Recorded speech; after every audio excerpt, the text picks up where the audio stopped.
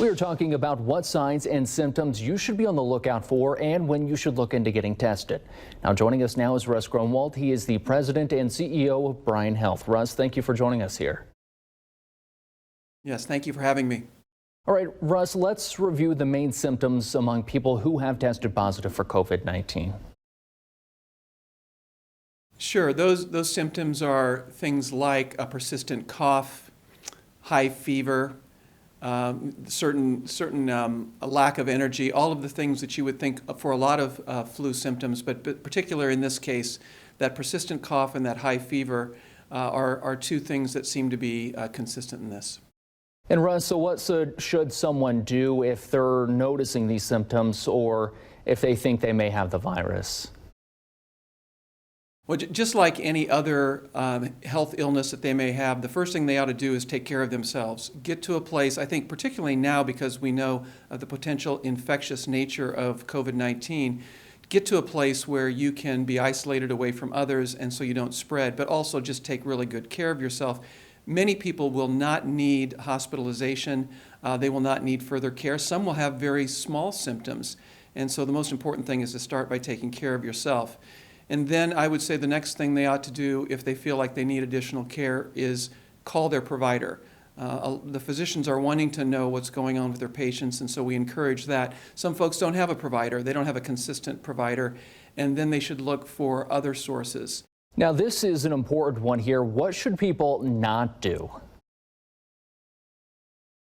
The first thing they shouldn't do is panic, and the second thing they shouldn't do is run to the emergency department. The emergency department, we're really wanting to reserve for true emergencies. If they have an emergency, absolutely, that's where they should go. But if it's not an emergency, it's really not going to be the fastest, it's not going to be the cheapest, and it's really going to be the wrong setting for them to get started. So what they really should do are the things that I outlined further.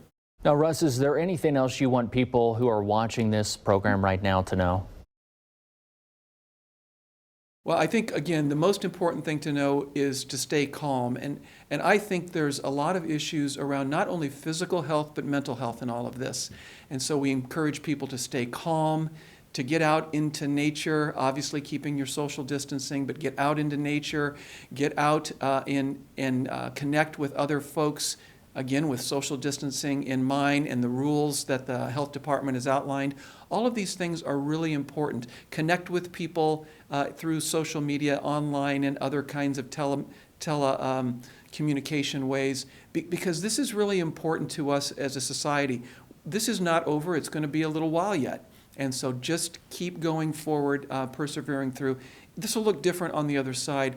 I'm confident that the city's going to get through it. We're working very well with our other healthcare providers in town. CHI is working hard on this. We've had great communications with our other healthcare partners like Lincoln Surgical Hospital and the orthopedic hospitals, and our physicians have been just phenomenal. They have taken leadership roles. These are folks that maybe even sort of slightly competed against each other before. They're in the same rooms now, working together to figure out how we're going to treat people well through all of this. It's just been a phenomenal coming together of the medical community. I couldn't be prouder of them. I couldn't be prouder of our teams. And I want to just say thank you personally to all of the folks out there who have come together to donate supplies, to send us notes of encouragement.